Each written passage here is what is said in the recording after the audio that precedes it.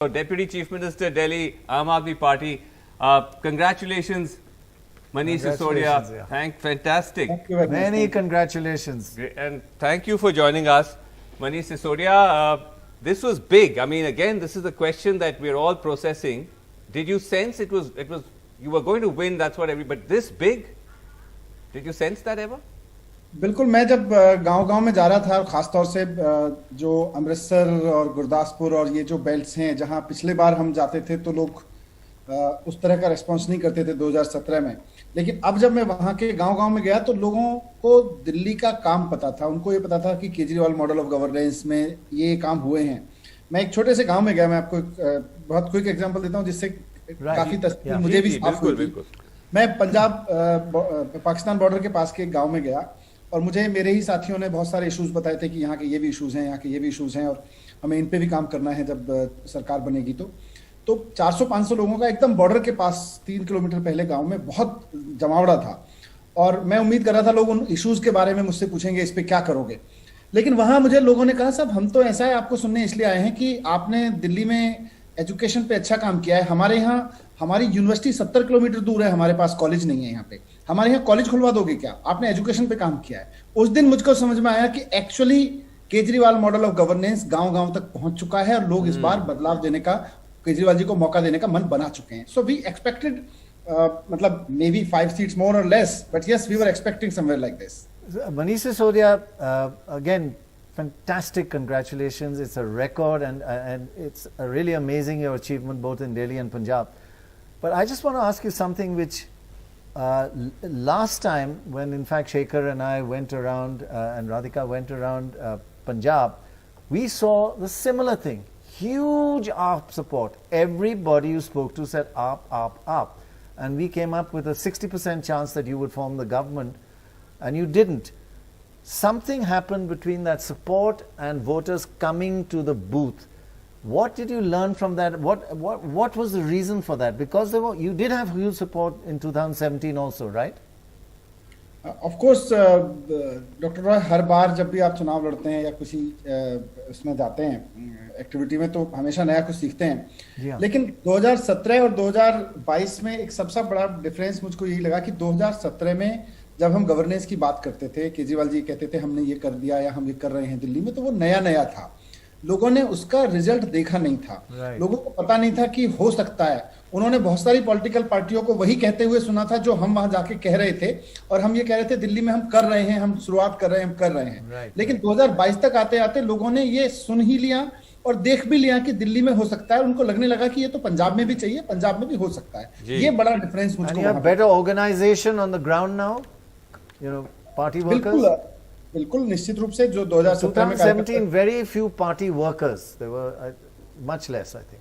Party का बहुत base बढ़ा और इस बार पंजाब के लोगों ने बहुत अच्छे से चुनाव लड़ा. वहीं के वॉलंटियर्स ने जितनी मेहनत की, जितना शिद्दत से 4-5 महीने में गांव-गांव जाके इस बात को पहुंचाया कि भाई पंजाब में भी इसकी जरूरत है. दिल्ली में केजरीवाल जी कर सकते हैं तो केजरीवाल जी को यहाँ भी एक मौका देने की जरूरत है और लोगों ने उन पर भरोसा किया. जी, तो मनीष, पंजाब में तो जैसे कहना ना, एक मौका दे केजरीवाल ने दिया है. अब कहां आपका नेक्स्ट टारगेट है? क्योंकि अब ये देखा जा रहा है कि अब आप इसको नेशनल ले जा रहे हैं और खासकर जो पीएम पोस्ट के दावेदार, क्या आपको लगता है अब केजरीवाल हैं? नहीं, मुझे नहीं लगता कि अभी हम ये सब सोचने की स्थिति में हैं कि पीएम पोस्ट के दावेदार हैं या नहीं हैं. अभी हमारा नेक्स्ट टारगेट आप पूछेंगे तो हमें हमारी पार्टी को, हमारी पार्टी के लीडर्स को पंजाब में सरकार बना के वो सब करना है जो हमने वहां कमिट किया है. जो हमने दिल्ली में करके दिखाया है, जिस शिद्दत से करके दिखाया है, वही उसी शिद्दत से, उसी ईमानदारी से पंजाब में भी करके दिखाना है. और जब लोग कहेंगे कि भाई Kejriwal model of governance Delhi में भी हो सकता है और पंजाब में भी हो सकता है, तो अपने आप जगह मिलेगी उसको, अपने आप स्पेस बनेगा उसके लिए. I think Dorab and Shekhar have a question for you also, sir. Dorab, you're on mute. Delhi is a small, compact state, relatively well off financially, so you have the financial power. Punjab is a state where there is a huge deficit. The state is not, it used to be a very rich state. Today in terms of per capita income is low. There is a lot of distress. Where will you find the resources and how much more difficult will it be for you to do the Delhi miracle in Punjab? मेरे से ये सवाल बहुत बार पूछा जाता है, not only elections, हर जगह पूछा जाता है। मैं आई वंडर कि उत्तर प्रदेश हो या पंजाब हो या कोई और बड़ा राज्य हो, रिसोर्सेज की तो वहां भी कमी नहीं है। अगर पंजाब के मंत्री के पास इतना पैसा आ सकता है कि वो अपने घर की छत पे हेलीपैड बनवा ले, अगर उसके मुख्यमंत्री के पास इतना पैसा आ सकता है कि वो अपने लिए सुखविलास बनवा ले और वहां रेसकोर्स बनवा दे पूरा, तो ये जनता के पैसे से ही आया है। वो पैसा अगर दिल्ली की तरह से ईमानदारी से जाता तो सरकारी खजाने में जाता, अभी उनके घर के हेलीपैड पे लग रहा है।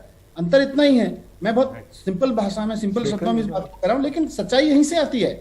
अगर राजनीति को ईमानदार नहीं होगा, अगर हम सोचेंगे कभी किसी राज्य के पास बहुत पैसा आ जाएगा फिर वो डेवलप करेगा, ये नहीं होने वाला। कभी किसी के पास, राज्य के पास ईमानदार राजनीति आ जाएगी, फिर वो रिसोर्स इकट्ठे होंगे, ईमानदारी से इकट्ठे होंगे और ईमानदारी से खर्च होंगे, तो संसाधनों की कमी। दिल्ली में भी पिछले 5 साल में आप देखेंगे, 7 साल में दिल्ली का बजट ऑलमोस्ट 1.5 गुना बढ़ गया है। दिल्ली का रेवेन्यू कलेक्शन, जो कि हमारे से पहले 1,000 रुपए हर में 1,000 करोड़ रुपए हर महीने बढ़ता था, आज पिछले 7 साल से 5,000 करोड़ रुपए हर महीने बढ़ रहा है। शीला दीक्षित भी कहती थी दिल्ली के पास शेखर एक पैसा सवाल, जी शेखर आपसे सवाल करना चाहता हूं। See, if you look at Punjab, it's mainly an agrarian economy. So everybody celebrates the fact कि ग्रीन रेवोल्यूशन है, लेकिन उससे जो एवरेज इनकम है किसान की वो पंजाब में कम होती जा रही है, और पंजाब एक एग्रीकल्चर के ट्रैप में फंस गया है। वहाँ बिल्कुल इंडस्ट्रियलाइजेशन नहीं आया, कोई white collar blue collar jobs कोई क्रिएट नहीं हुए। वहाँ के पढ़े लिखे लोग भी बाहर जाके ट्रैक्टर चला रहे हैं या ट्रक चला रहे हैं या रेस्टोरेंट्स में बर्तन धो रहे हैं, जबकि दक्षिण भारत के लोग जाके सॉफ्टवेयर का काम कर रहे हैं, स्टार्टअप्स बना रहे हैं। तो ये पंजाब जो वैल्यू चेन में एकदम नीचे चला गया है, नंबर 1 था इंडिया में आज से 22 साल पहले, आज नंबर 13 है और 14 होने का खतरा है।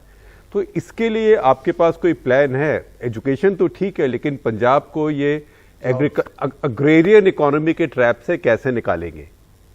देखिए, एग्रेरियन इकोनॉमी मुझे लगता है ट्रैप नहीं है, असेट भी है, पहली बात। दूसरी बात कि पंजाब का यूथ आज कनाडा पढ़ने जा रहा है और वो व्हाइट कॉलर जॉब्स ले नहीं रहा, दे भी रहा है। मैं आपको एक छोटा सा एग्जांपल फिर से बताता हूँ। चुनाव के दौरान जब मैं घूम रहा था तो मुझे एक गांव में जाने का मौका मिला।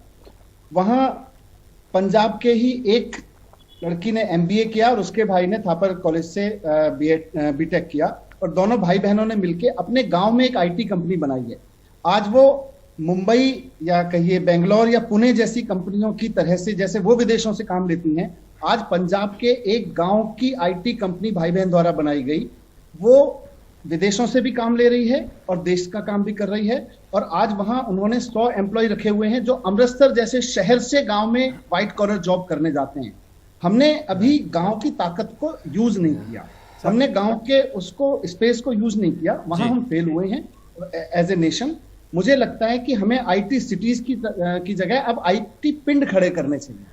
IT पिंड अगर खड़े कर, और मॉडल है, पंजाब में ही मॉडल है, कहीं बाहर से नहीं लाना है। अगर एक भाई बहन मिलके IT पिंड खड़ा कर सकते हैं और अमृतसर के 100 लोगों को जी व्हाइट कॉलर जॉब काम में बुला सकते हैं, तो it can happen. Right. Just to interrupt you for a second, in Delhi, we faced a lot of pollution. We heard, and I know it's a great interest of the Aam Aadmi Party here, but there was always, oh, Punjab, there's crop burning, and that's coming over to Delhi, and we have no control over Punjab farmers.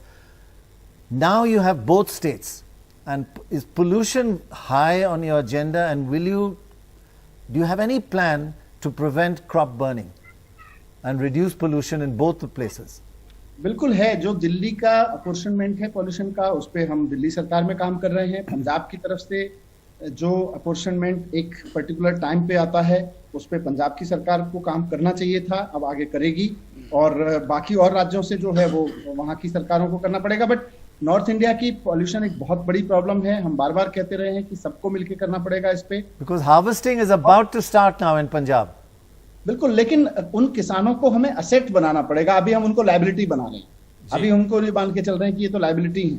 किसानों को asset मान के चलना पड़ेगा, वो जो produce है उसको भी असेट मान के चलना पड़ेगा, किसान की भी कमाई होगी। थोड़ा सा सोचने की जरूरत है। मैं इसलिए कह रहा हूँ कि दिल्ली और पंजाब में आप एक इस तरह का हार्मोनियस मॉडल ऑफ गवर्नेंस देखेंगे जो शायद अभी कहीं देखने को नहीं मिला। चलिए, Excellent, excellent. Thank you very much and congratulations again.